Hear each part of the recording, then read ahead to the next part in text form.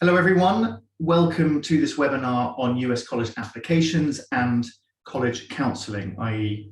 application support for applications to America and indeed global universities. My name is Jason Smith. I am one of the directors of UES Education. I founded the company back almost 9 years ago and have been working in the American application field for longer than that. I have also worked on the school side at whether it be senior school, and indeed still go in there to lend support and help build their US program there. I spend a lot of time liaising with college admissions officers in universities, and I help quite a number of students privately applying to the US as well. With me, I have our other director, Simon. Would you like to introduce yourself? Yes, good evening, everybody. My name is Simon Lewis. I'm the other director at UES Education. I'm also the head of College Counselling. I also work at Latimer Upper School in Hammersmith, West London, where I'm head of International University Applications. And I've been advising students both privately and in a school's capacity for about the last 7 or 8 years. It's what I love, it's what I enjoy doing the most about the process. I'm really excited to share some insights with you this evening. Great, thanks. So we're going to share our screen here and hope the technology works. Should all be used to it by now. So we're going to be talking about what makes a good application, but also talking about how people can support you through that process. And this is really, really important. And what we really want to get across today is that American applications are very complicated. Indeed, international applications are very complicated, but American applications more so. So we want to give you an idea of just how many moving parts are involved in a really good college application. It is extremely different to anywhere else in the world when you're talking about America. And there are so many little parts of that that people are completely forgiven for not understanding. So we really want to explain what those different parts are, but also explain how a college counsellor, or if you like, an education consultant, would support someone through that process. We're very happy to answer your questions about college applications later. We're not going to be talking for too long, and then we'll open it up to questions. And we're also going to give you a link to be able to contact us and have a chat with us at any time for free as well. But if you do have questions at all throughout the webinar, please put them in the Q&A box. There is a chat function as well if you want to talk about other things, but we might miss any questions in there. So do feel free to put anything you want in the Q&A box, and we will answer that question at the end or at appropriate time.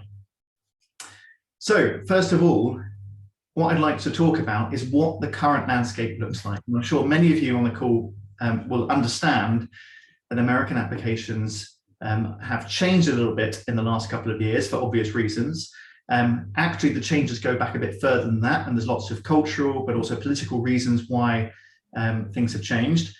But we just want to kind of give you the idea of just how much more complex it's become, and therefore how much more competitive. So first of all, in the last year, more than 1,000, probably more than that actually, colleges introduced test optional policies. What this means is that colleges no longer required the SAT or ACT. This might seem like a very innocuous change, but this led to some rather large consequences, which we will talk about.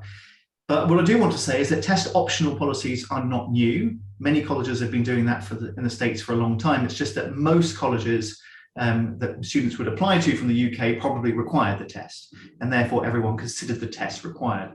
For the most part, they are no longer required, but you have to be very, very careful about taking the test, submitting the scores, and when and where to submit the scores to. Now, as a result of this, but probably, as I said, because of other long-term cultural and political reasons, applications from the UK increased dramatically last year to the US by about 23%. That is a huge number of more students applying to college in the States. And the early indication this year is that there is a similar increase again, certainly very large numbers.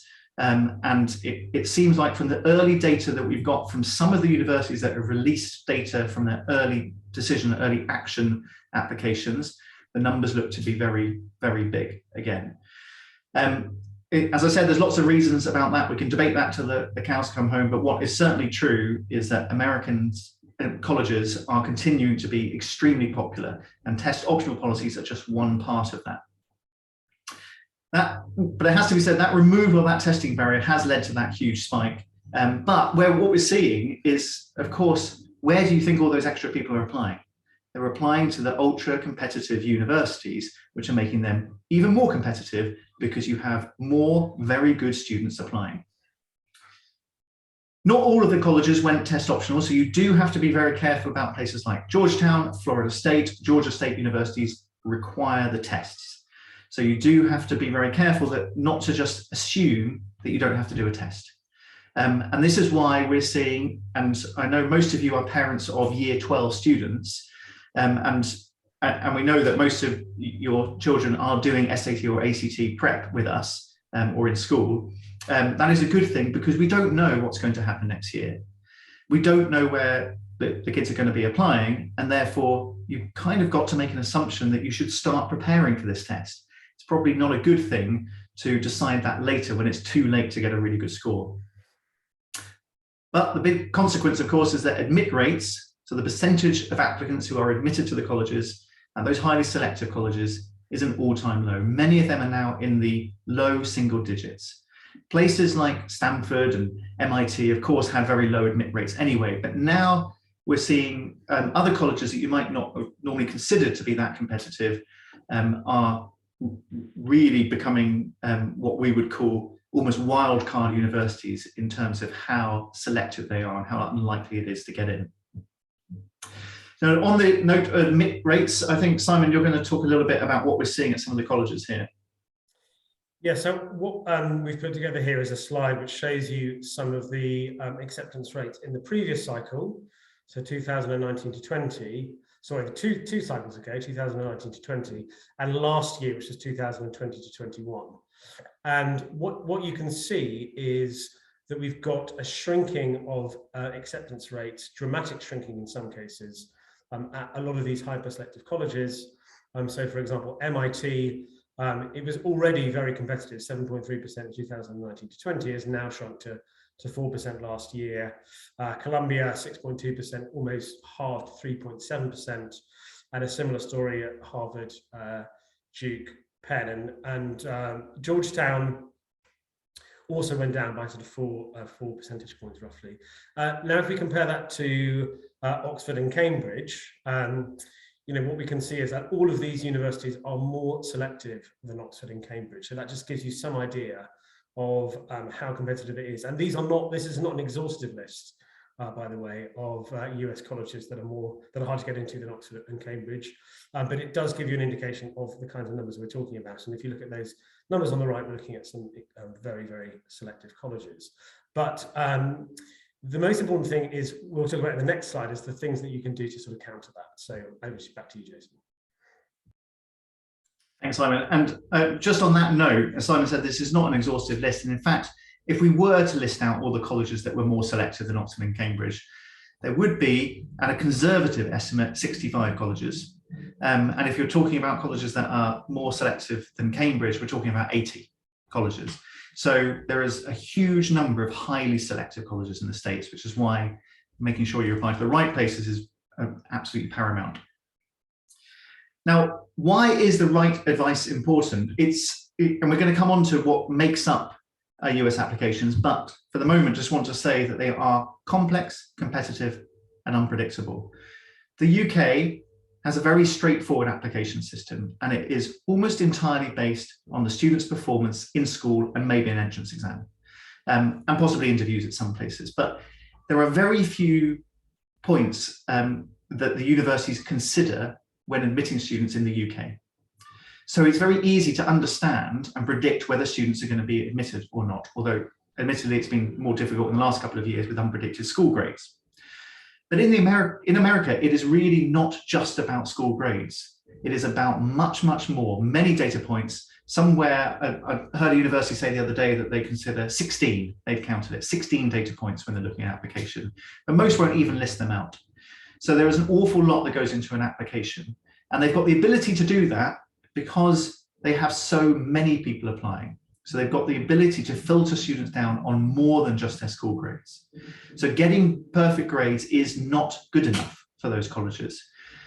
So that's why it's complex, that's why it's competitive, and that's why it's unpredictable, because it's very hard to say which bits are getting a student in and which aren't. That's not to say that without advice, you can't make your chances dramatically improve. Testing strategy, as we were saying, is now much more nuanced, because you're throwing into the mix not just a required SAT or ACT score. You're asking the question, should we actually submit the SAT or ACT score? And when is it good enough to submit? And when should we just not submit it? And how many tests should we submit in some cases? So it's a much more difficult question now with regards to testing.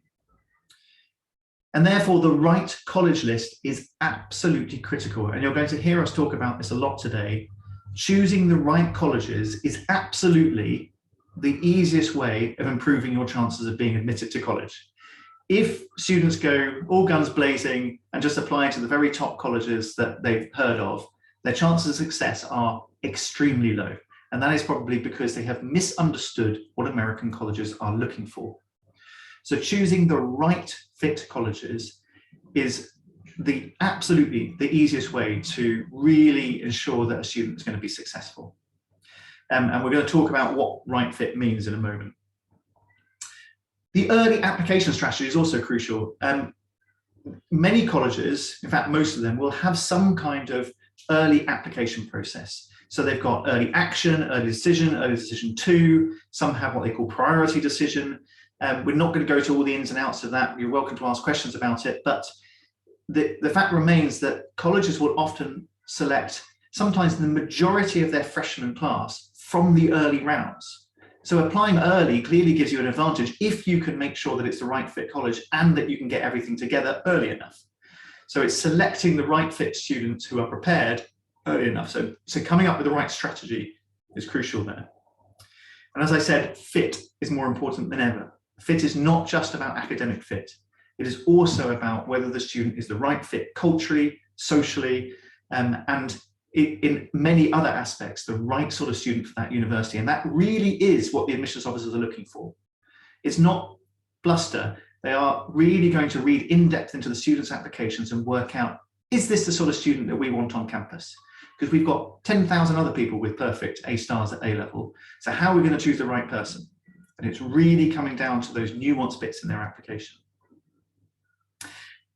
And there are numerous subtle parts that very few people recognize the importance of. One thing that we'll mention later is the idea of demonstrated interest. It's a big passion of mine because I've been presenting about it in the last year several times.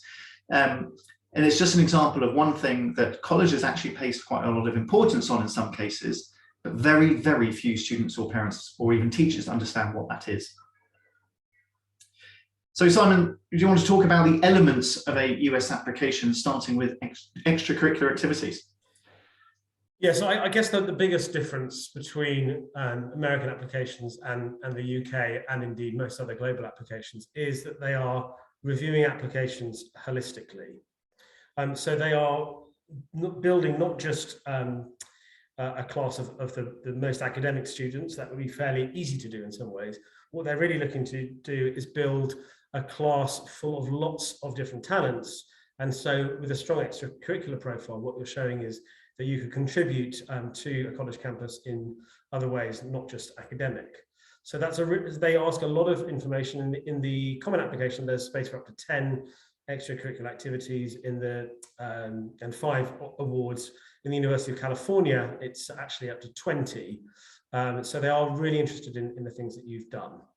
I think building character, character is something that's going to be determined by a student's own essay, so what they write about, how reflective their writing is, also by the things that their teachers say about them as well. So making sure that you communicate the right things to your teachers who are going to write your letter of recommendation is a really important aspect too. And overall, I would say that it's important to sort of tell a story about who you are and the kind of student that you're going to be on campus. And we can talk about sort of spiky applications, where you actually develop a theme to your application and the thing which you are going to contribute the most at college. So that's a really important aspect of the process. Finding the right colleges, Jason has talked about this already. It's really important to understand that the application process itself will vary from college to college. There's not one application for lots of different colleges. So actually the questions that are asked within the application process are often trying to tease out those qualities that those colleges are looking for. And so matching you with the right colleges is a really important part of the process. We've also already talked a bit about demonstrating interest.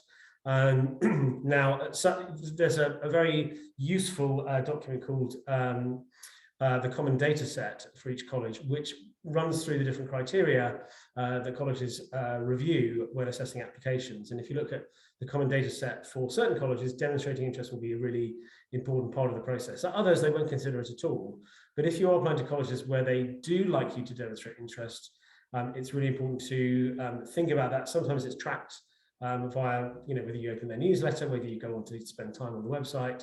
In other cases, it might be appropriate to kind of be in contact with admissions officers and even professors at that college.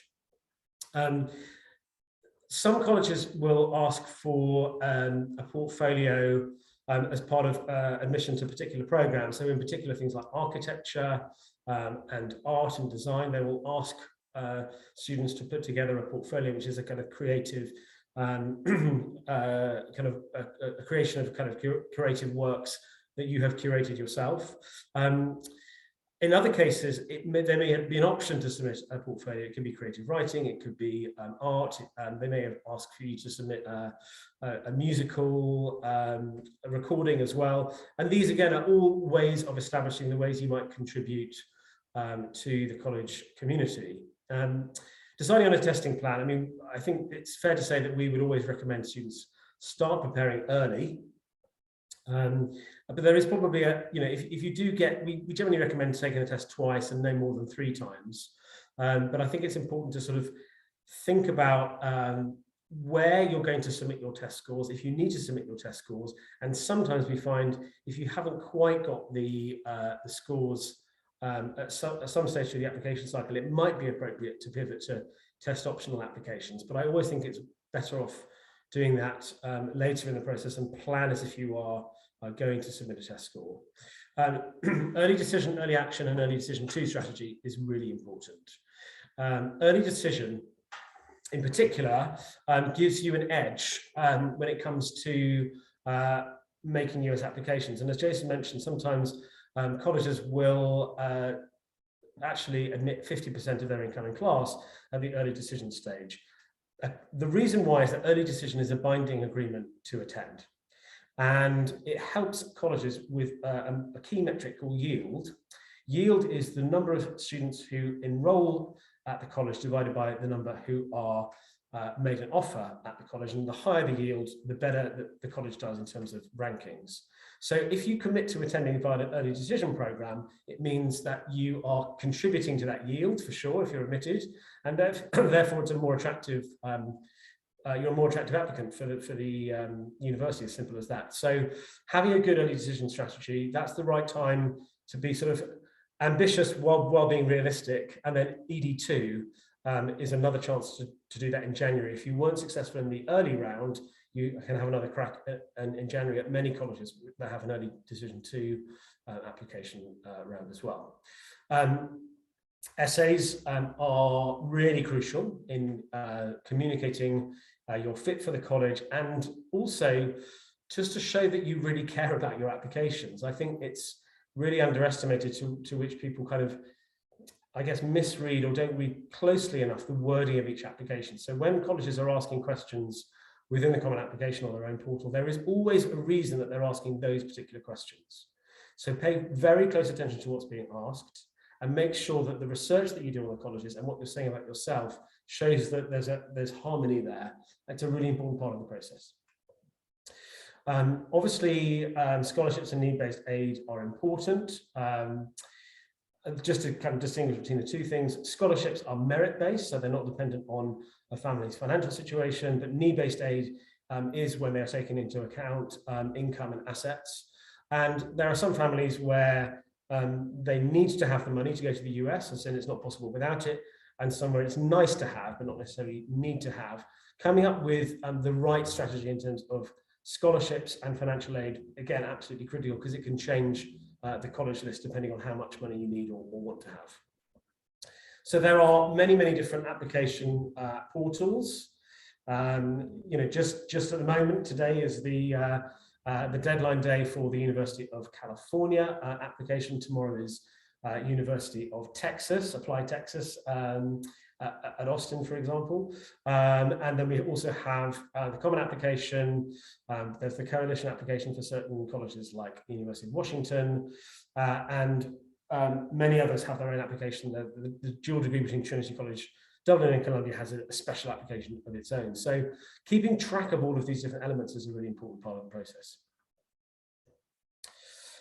Generally, you would get 3 letters of recommendation from school. So one from College Counsellor, which could be a head of sixth form, or it could be somebody like me, head of international university applications, or potentially drafted by a tutor or housemaster or mistress.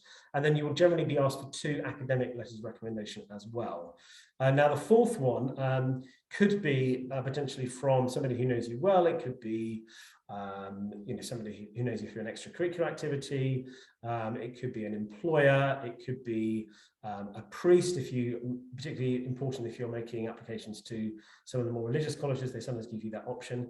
And the other option is for a peer letter recommendation. So some colleges like Dartmouth and Davidson asked for a peer letter of recommendation as part of the process. So that's important. And then you will be asked for an interview for lots of colleges. There are some colleges that interview everybody as standard, like MIT.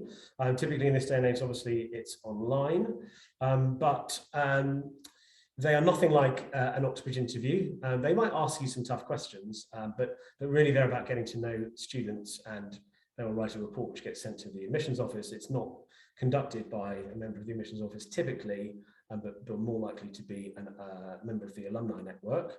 And then obviously if you're applying to a competitive performance program, you might need to do an in-person audition, and there could be a pre-screening round before that as well. So then finally in April, you have this glorious month when the tables are turned and hopefully you've got multiple offers, and you are in the lucky position of having to decide between various different colleges. Now, this is a really nice position to be in. It's great if you've got multiple offers.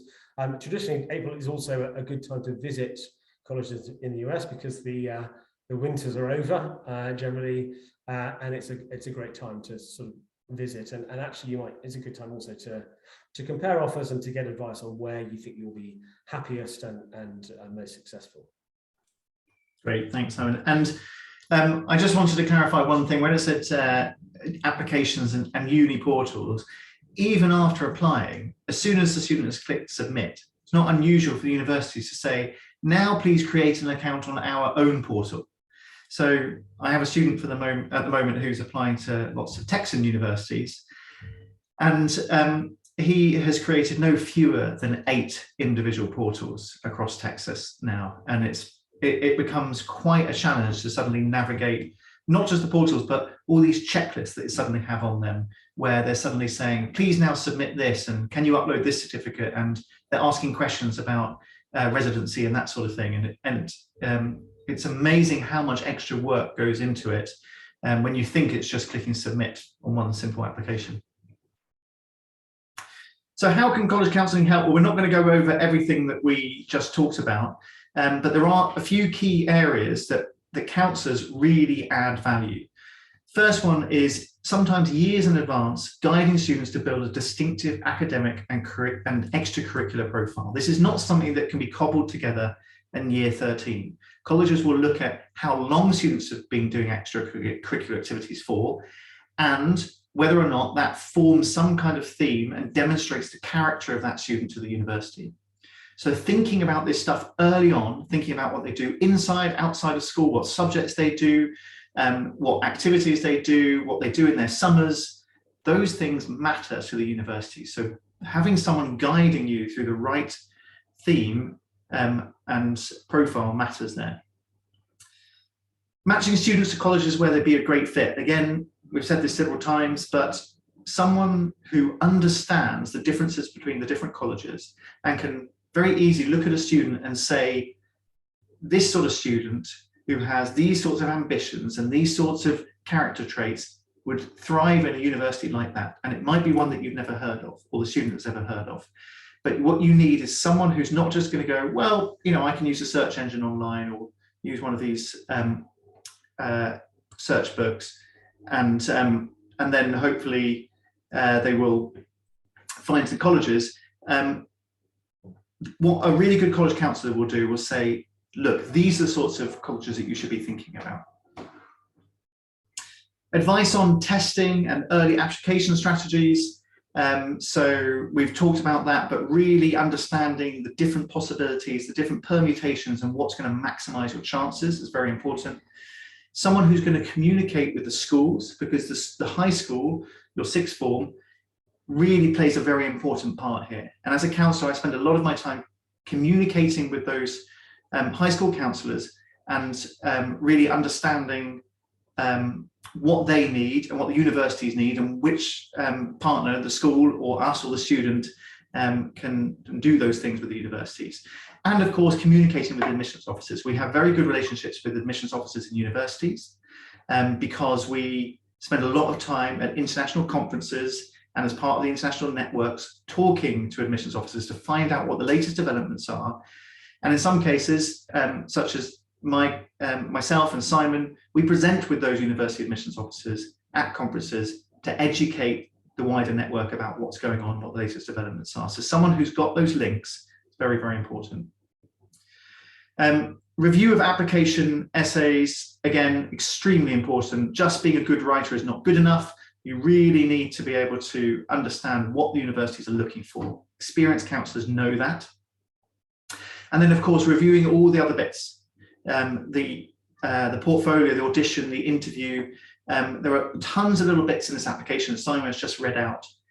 Having someone who understands how they all fit together and when you have to do each of those things is very, very important. And that can really be summed up by saying it's someone who's got the oversight of the whole application. Someone who's not just going to support you through it, but also the student and the school, and know when the deadlines are coming up, and not being surprised by anything. Someone that you know you can turn to, who's going to say, this is how we're going to do this, this is how we're going to mitigate this risk, and this is how we're going to maximize success. And in the end, what everyone wants is to be less stressed. It's a very, very difficult time for students. They're going through a period of intense change, going from school to university. And they've got the weight of their parental expectations, their school expectations on them, their own ambitions. What we do as counsellors is reduce that stress for them and make it easier, and reduce the stress for you, the parents, worrying about what you've got to do to help your children. That's what we're there for. And that's why we call this college counselling. We're helping students and parents and schools through a very difficult time, and hopefully helping them achieve their ambitions. So Simon, if parents and most of the parents on this call will be thinking about how to engage a college counsellor, there are questions that college counsellors always ask. Now, some of them are typical questions like, what's your success rate? Which are very difficult questions to answer because it really depends on the individual student. But what sort of questions should we ask, Simon?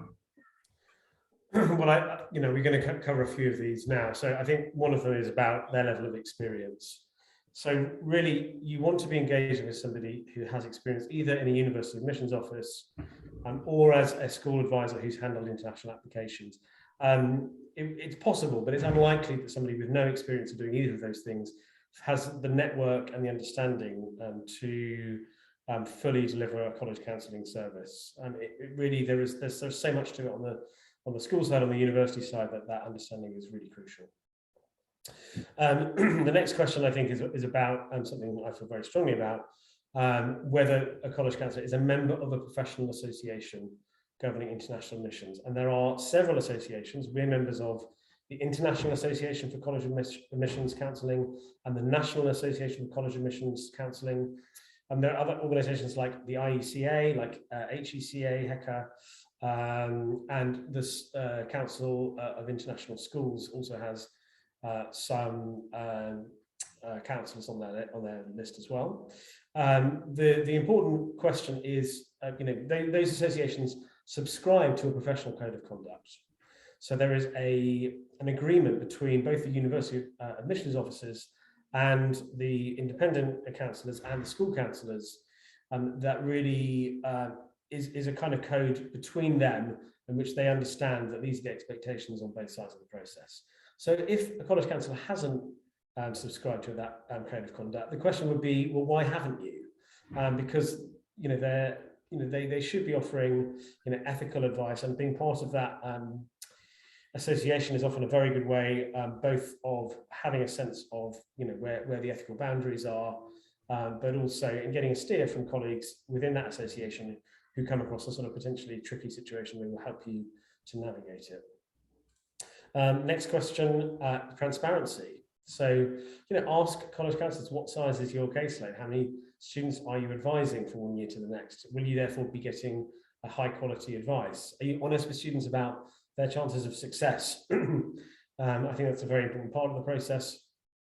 Is your fee structure clear and published online? So all of these things, I think, communicate that the service is a transparent one. Next question about network. What relationships do you have with colleagues in admissions and in schools? Obviously at UES, we are one of the leading providers of support to students within Europe, the leading provider in the UK. So we have a global network of contacts within high schools and universities, and that's a really important part of the process. And then finally, student-centered. What is your understanding of fit in the US admissions process? And we've talked a bit about it, but there is a lot more. We could do a whole webinar just on fit, but it's really important that at the heart of your advising is the student and what they need to succeed and to thrive at colleges. It's really important to think about that, and that's really at the heart of our work. It's something that we've always stressed from the beginning, is putting the student at the centre of the advising. Okay. Yeah, I think one of the things I'd like to say to kind of sum up there is that it's very easy when you're talking to counsellors to be kind of mesmerised by the fact that they're talking about big name universities and they've got people into here and there, but that is often not the right thing to concentrate on. And these questions are the things that are really going to get to the bottom of whether they actually care about what they're doing. And I think one way to sum it up is to say, if someone is just telling you what you want to hear, that your son or daughter can get into such and such university that you've mentioned, they are probably having you on. And the reason for that is that they can't possibly know that, because they have to understand what the student is like and have to understand whether they're the right fit for that university. So really asking whether or not that college counsellor gets that idea is really important. So a college counsellor that takes the time on the first call to try and understand your son or daughter is probably someone who cares and is going to do a good job. There are a lot of college counsellors out there. Some are extremely good, some are quite new. And just because someone has come straight out of a school doesn't mean that they're going to have the network and the experience that is necessary. But of course, some have been doing it in schools for a very, very long time and therefore do have those networks. Okay, so we're almost at the end. So just to kind of sum up what we offer as college counsellors, first of all, we have experience. Our college counsellors all have experience of working in schools and university admissions. So we understand what it's like on those sides of the desk. We spend a lot of time liaising with each other about what's going on in admissions and adjusting our processes accordingly. We have integrity because we are members of the International Association for College Admissions Counselling and also NACAC. It doesn't mean that we've just signed up and paid an annual fee.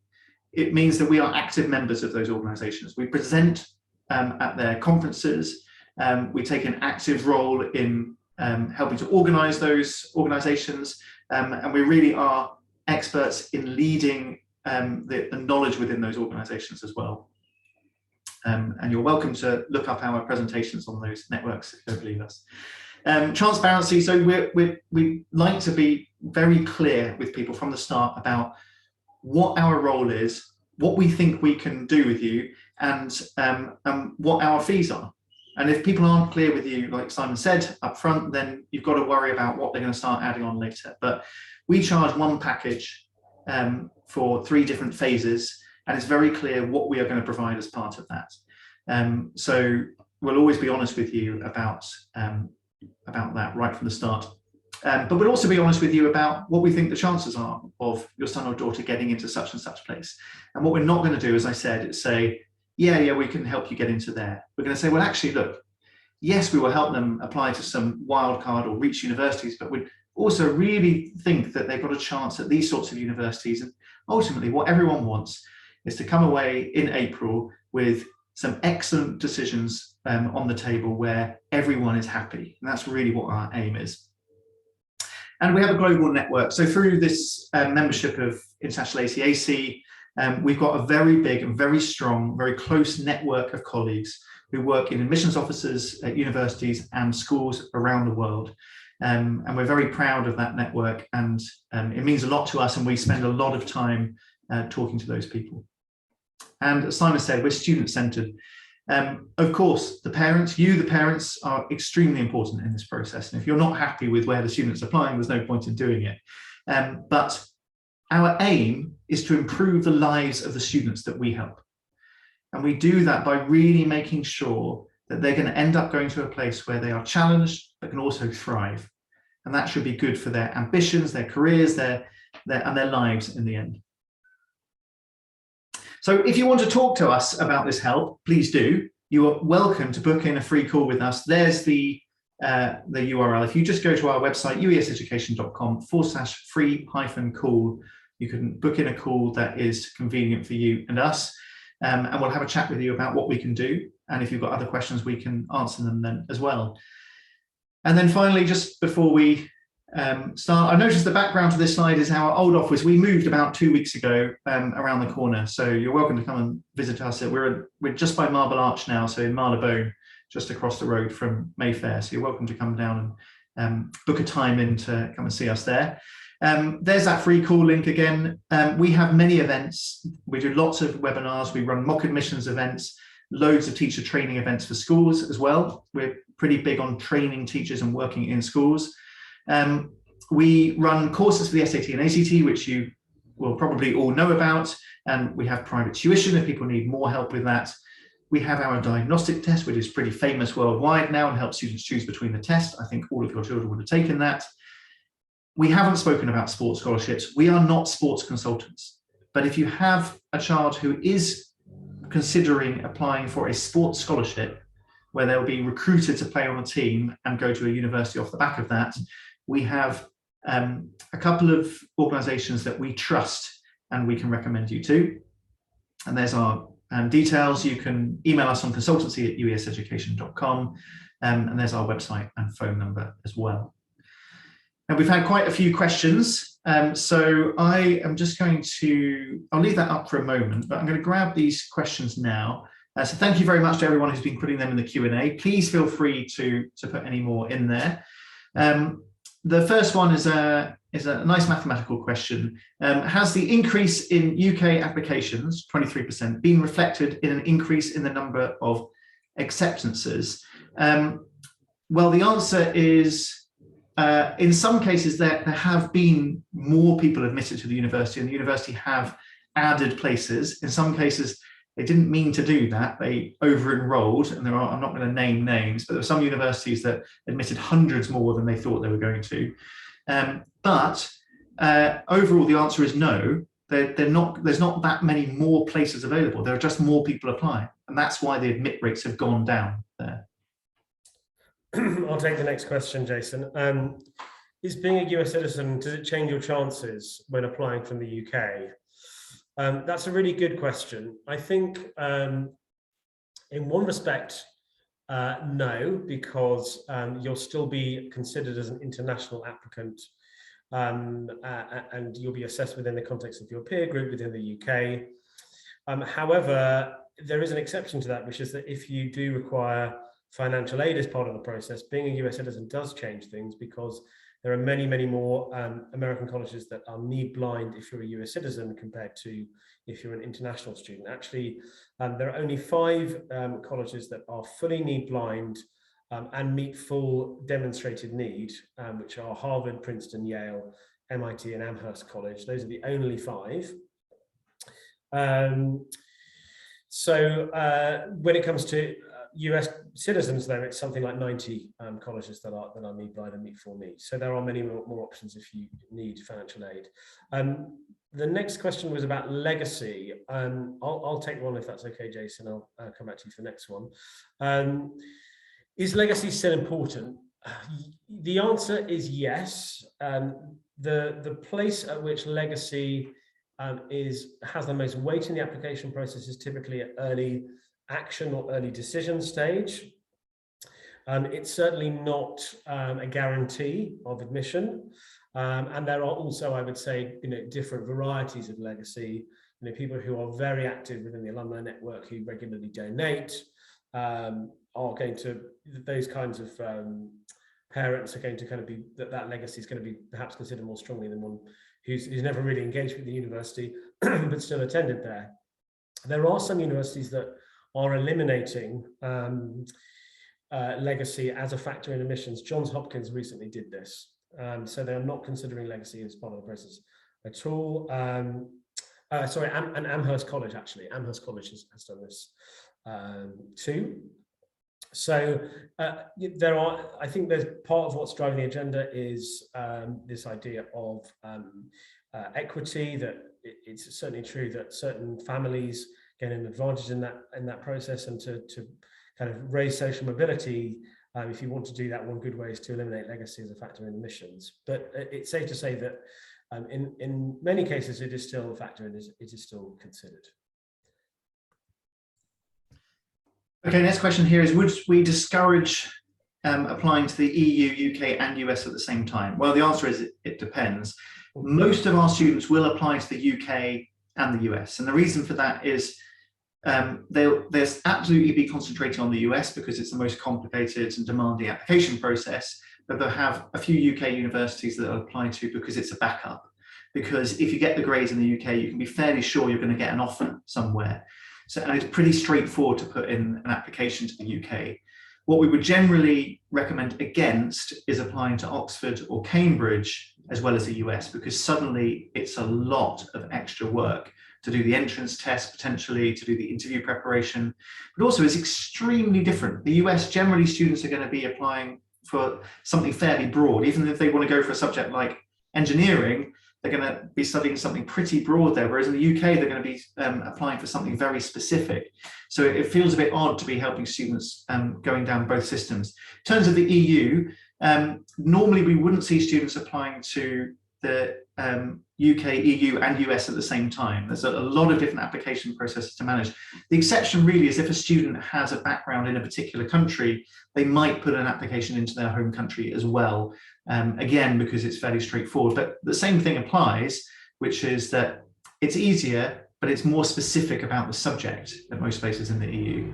So we certainly wouldn't recommend against it, but we do always say you've got to be prepared early for all the things that are going to be important here, and they're manageable if you do it early enough and you understand what's required.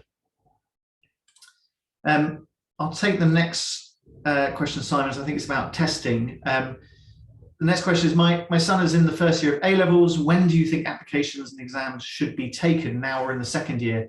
The answer is now. The problem with the testing, the SAT and ACT, is if you leave it to year 13, which is the year you're applying, they're going to have too much to do. They've got to be concentrating on their A-levels in order to get good predicted grades.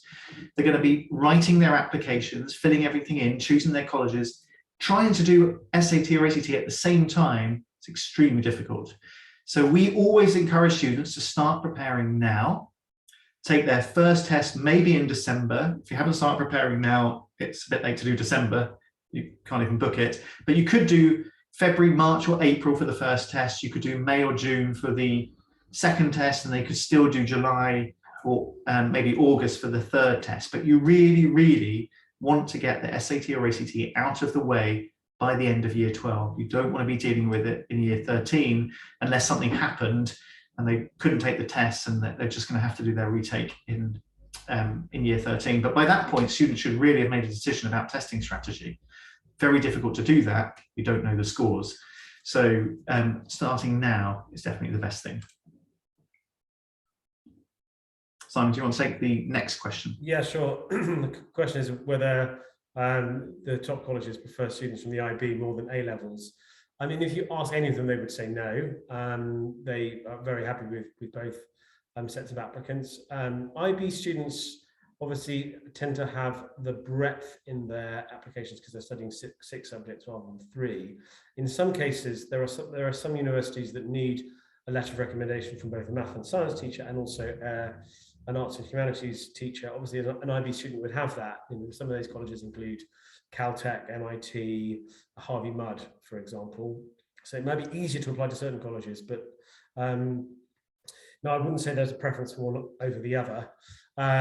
What I would say is that I think the service element, creativity, activity, service within the IB and the extended essay are important features. And if you're doing just A levels, it's very important to think about your extracurricular profile as well as your academic profile. And if you aren't doing those things as part of your sixth form program, then you might want to kind of decide how you're going to build those things into your application, because they are all good things to have in your application. Great. And I'll talk about the next question, which is about sports and talents scholarships applications. It's related to the next one, which is about music. Sports applications, scholarship applications are very different, as I mentioned briefly. Generally, what happens is if a student is very, very good at a sport, good enough that they might be recruited to the university to play that sport, possibly in return for money, then they will approach the coaches at the college, and the coach will make the decision about whether they're good enough for the team, and the university will make the decision about whether or not they're academic enough to study there. So it's a very different application process. Like I said, we don't help with that, but we can recommend people who do, who know the coaches and can work out whether or not the student is good enough to be recruited. But even if you're not going for a sports scholarship, playing sports at a high level is very, very good because it says a lot about the student's character. I always think that sports are great, not just because it keeps you fit, but because it also allows you to cover a lot of the things that are important to American universities very easily. It shows perseverance, it shows dedication and commitment, it potentially shows leadership, certainly shows responsibility for yourself and maybe other people. It's a very easy way to show a university that you've got a lot of things about your character that are going to be transferable to life on campus.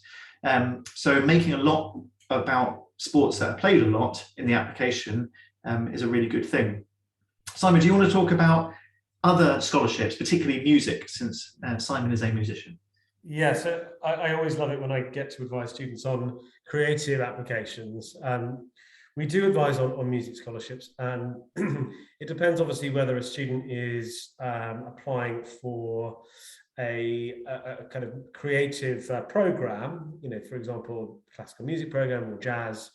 That will be quite different from submitting a recording as part of an application to an undergraduate college. There are some undergraduate colleges that don't offer merit scholarships, for example, Ivy League universities, but there are many others that do offer merit scholarships. And if you're applying to a kind of creative music program, they're often places that offer need-based financial aid too. So we actually have specialists who can advise on classical music and on jazz. I'm often overseeing those applications in each cycle because I have a particular interest. But we also have people who advise on kind of visual arts and architecture and animation design as well. I've facilitated applications to all of those disciplines in the last couple of years. They are demanding, I have to say, and I think that's something we might, with the next question coming up, worth bearing in mind. They do require a lot of preparation, and I would generally advise a student thinking about a creative application to start preparing about 6 months before the deadlines, because if you are preparing repertoire for a classical instrument, for example, you will need to put the hours in terms of practice for those pieces. The pre-screening could be 1st of December, of upper sixth, so really important to get that right in advance. And likewise with the portfolio, actually, you need to really start assembling those materials early and figure out where the gaps are in your application, but it's a really important aspect of the process. Great. And yeah, the next question is about how many colleges can you apply for? Well, you can apply for thousands if you want to. There is no limit like UCAS, which is 5. So most students, though, would limit it to somewhere around 8 to 10, but it really depends on the sorts of programs they're interested in. Like Simon was saying, if you're going for creative applications, it's going to be a lot more work. And even if you're not, if you're just going for a standard liberal arts academic application, the number of essays you have to write will keep increasing. I think on average, we find that students have to write somewhere between 2.5 and 3 essays per university that they apply to. So if you're applying to 5, you've already got potentially 15 essays you're going to have to write. And if you're applying to 10, suddenly that feels like an awful lot of work. Now, it does get easier. The more you apply to, especially if you do it early, the more you'll find that the things you write about in your essays, you're able to kind of reuse some of the, especially the things about your character. But it does bear repeating that every university is unique, and therefore they're looking for evidence that the student understands what that university is about. So to some extent, they're going to have to change those essays to make that clear. So that's really the limiting factor. And of course, doing the research and choosing those universities, especially if finance comes into consideration, becomes very difficult. So 8 to 10 normally. I think I've seen much larger numbers with my students in the past, but that's normally because they might be applying to a state system where they're able to very easily apply to several. What I find with students who have done the process early, got everything ready near the end of the summer, written their essays already, they've got the opportunity there to apply to more later, especially when they start getting admitted to places and they go, oh, you know what, I might put one into there as well then, because they've suddenly got the hang of it and they understand what they're looking for. So you might find that you'll apply to more later, but generally speaking, somewhere around 8 to 10. And I think that answers a couple of questions there. I just wanted to jump in there, Jason, because I think that essay writing is actually a really important part of the process. So as you say, 15 or even 30 essays it could be quite normal a number of essays to write. So it's like doing a 5,000 word assignment, and the sooner that you do that, the better. But actually, I think it's one of the most enjoyable aspects of the process to kind of oversee and advise. And just a quick one on sort of integrity. It must be the student who's drafting those essays. It must be their words. It's very obvious when you read an essay if the student has not drafted it. It can't be a parent. It can't be an external consultant. It must be the student. But as they get through this process, they start to find their own voice, and that's where the mentorship and the guidance that we provide really helps to bring the students' own character out, and they develop confidence through that process of writing the essays. And actually, it's wonderful to see sometimes the student, finding their voice within the process, and then growing in confidence as they move through the application process in upper sixth. Great. And we've got a few minutes left, so we'll just answer these last few questions before we round off. But next question is about testing. Would taking the SAT as a practice test be advised, or just take the SAT when you're ready? And I think what you mean by practice test is take the real SAT as a mock test. Great question. We always advise students to do plenty of real mock tests before they take the real test. And we run mock tests at UES, so they can try and do it in a similar environment, because that will get them used to it. But even then, nothing is like the real test. Going into a test center with loads of other students that you don't know, having some stern invigilator at the front quite early in the morning, it's likely that students won't perform their absolute best on their first test. So what we normally say is students should feel like they're ready before they take that test. They shouldn't just go in cold. They should have done plenty of preparation, normally a couple of months at least, done mock tests, know what kind of level they're at, go into that first test and see it as a kind of trial run, knowing that they're going to have another chance later. So the answer to that is kind of yes, but you should already be fairly certain of what level you're at that point. Simon, do colleges require the AP subject tests? No, we get this question every year, actually, don't we? And the answer is no. And in fact, it's sometimes a little bit odd if a student is doing AP on top of their A-levels and SAT and so on. Unless there is a very compelling reason to do an AP, I would advise against it from somebody coming from the UK IB system. It's different, obviously, if you're in the US high school curriculum. In that case, obviously, you should and will be doing APs as part of your college application process. But no, I mean, it's not required or recommended even, I would say, from coming from an A-level or an IB background. There may be some cases in which there are exceptions to that rule, but in general, I would ask why somebody was doing that. They're definitely not a requirement of the application process and not expected. Okay, the next question is about sports scholarship again. Someone was told to have English and Maths at A-level when applying to university in America, but he's not taking at A-level. Is this the case? He's also finding the course at school very difficult. Right, so in terms of requiring Maths and English A-level for a sports scholarship, that's not true. You certainly need to have Maths and English in your last 4 years of school, but they would have got that from GCSE. So that's not the case there. Certainly students should not be doing English and Maths A-level if those aren't their best subjects. Maths A-level is very, very useful actually for lots of things, and they will have to do it at university. And I am quite passionate about that, having studied Maths. But it's really not the case that they must study it. That's not true at all. In terms of the course at school, I think you're talking about the SAT or ACT, since we're helping most people here for that.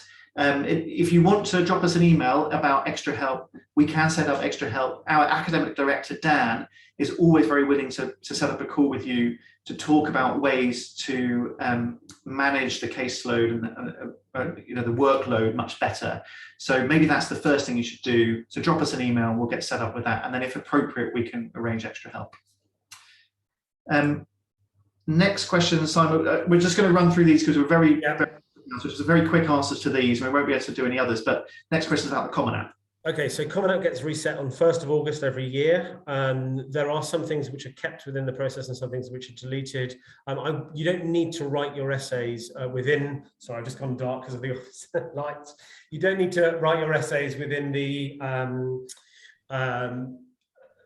Common Application itself. You can write them externally because the prompts are generally always the same each year. So don't worry about doing that, but you can put personal information in that will roll over into the next cycle. And then the last question was about responses from colleges.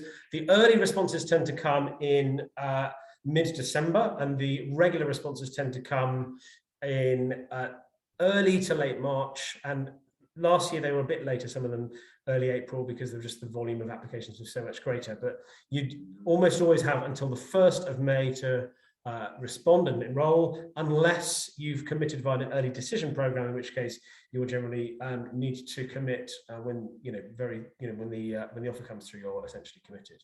So that hopefully covers that. The one exception is that there are some public universities that will release their early action decision a little bit later in the cycle. Some private as well, actually, so it could be January for early action. Just worth bearing that in mind as well.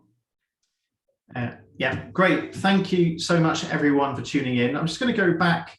Well, I was going to go back. No, I'll just stop screen sharing. I'll just reiterate that if anyone wants to have a call with us, please do use that link that I gave you, which is ueseducation.com/free-call, or drop us an email. I think you've all got the email from the reminder emails for this webinar. You can just reply to that if you want to.